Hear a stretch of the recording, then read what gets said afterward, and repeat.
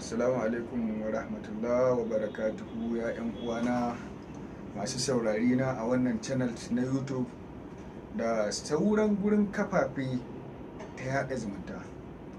In ban manta ba, a ranar mun yi magana akan yadda za ka gane an taɓa zubar wa matar da ka aura ciki, ko kuma mun yi magana har kafin wannan gaban da muka kwana dai inda za ka fahimta an taba zubar da ciki, an taba matarka an taba zubar mata da ciki.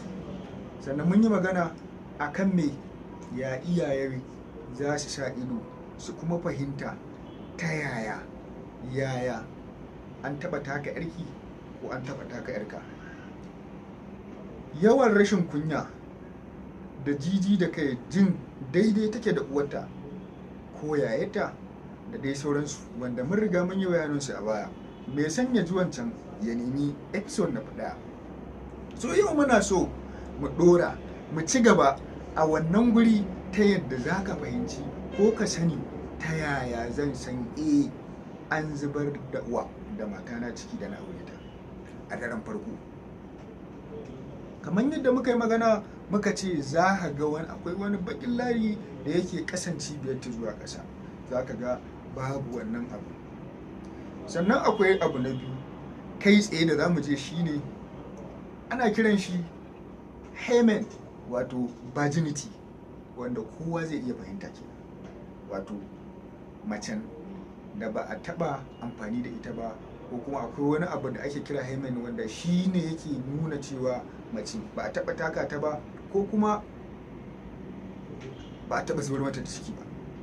A takaice shi wannan hymen yana nan wani abu ne kamar yaƙi, wanda a da iyayenmu in suka kai mace, suka kai yarinya gidan aure, akan shimfiɗa musu farin ƙyalle ko kuma farin zanin gado, saboda in mijinta ya amfani da ita za a zo a fara dubawa, ana duba a ga wannan abin da aka saka shin ta zo da mutuntakanta, wato virginity ta zo da shi gidan mijinta ko tun a waje ta watsar.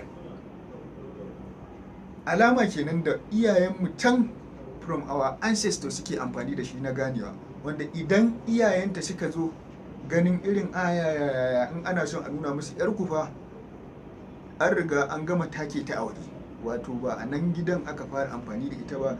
In aka kuka ce a kawo muku ruwa, in aka zo da ruwa sai ajiye muku kofi zalla babu komai a ciki, so alaman wannan yarinyar ba bajin bace ba, wato disflower ce, ko kuma ce an sha tattaka ta a waje. To abu na biyu shine muke magana virginity, wato macantaka. So wannan macantakan sai dai fa maza ku ji, zan sanar da ku kuma na kuna zuwa. So amma barin faɗa muku, ba kowace mace ne da za ka amfani da ita ka ji baka fasa ta, wato jini ya fita daga gabanta ba sakamakon amfani da kake da ita ko taka ta da kake, ka ce ai wannan dama yar iska ce an riga. A'a, akwai abin da yake kawo ballewan virginity. Na farko ɗaukan abu mai nauyi. In tana ɗaukan kaya mai nauyi to za ka ga ta losing ɗin wannan abin, ko tana heavy exercise irin hawa keke ko gudu ko tsallaka rami mai faɗi. So ina son ka sani kai ma naka na zuwa, ba wai iya mata za mu tona mu asiri ba, har da kuma za hanni ina ciki. So amma ka sani ko ki sani ke a matsayinki na mace, abin da yake fara zubar miki da daraja da mutunci a gurin mijinki ba komai bane illa in yi amfani ya fahimci cewa tun a waje kin san ki an riga an gama takaki ko an kin ta ciki ana sayarwa, to baki da wani daraja. Shine za ki ga kowane irin soyayya da kuke da shi a gidan, za ka ga yanzu ya dawo ko sati kila ba yawa, saboda ya fahimci ya shige ki kawai, ya ji ba kawai abu ne. To wannan yana ɗaya daga cikin abin da yadda ake gane shin mace an taɓa zubar mata da ciki ko ba zubar ba.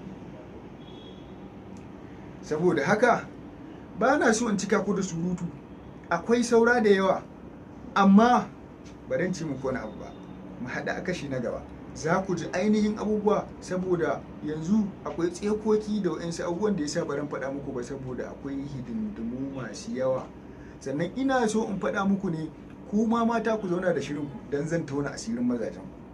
Har idan yana taka mace zan faɗa muku, amma ba yanzu ba, sai na gama tona asirin ku mata, dan ku ne iyayen al'umma. An kuka gyaru kowa ya gyaru, amma an kuka lalace to duk al'umma ta lalace. Ku biyo mu a na gaba, za ku ji bayani mai yawa da nagarta. Ni naku Abdul Ahmad Yusuf, wanda aka fi sani da Tama Tamariri. Ku biyo mu a kashi na gaba.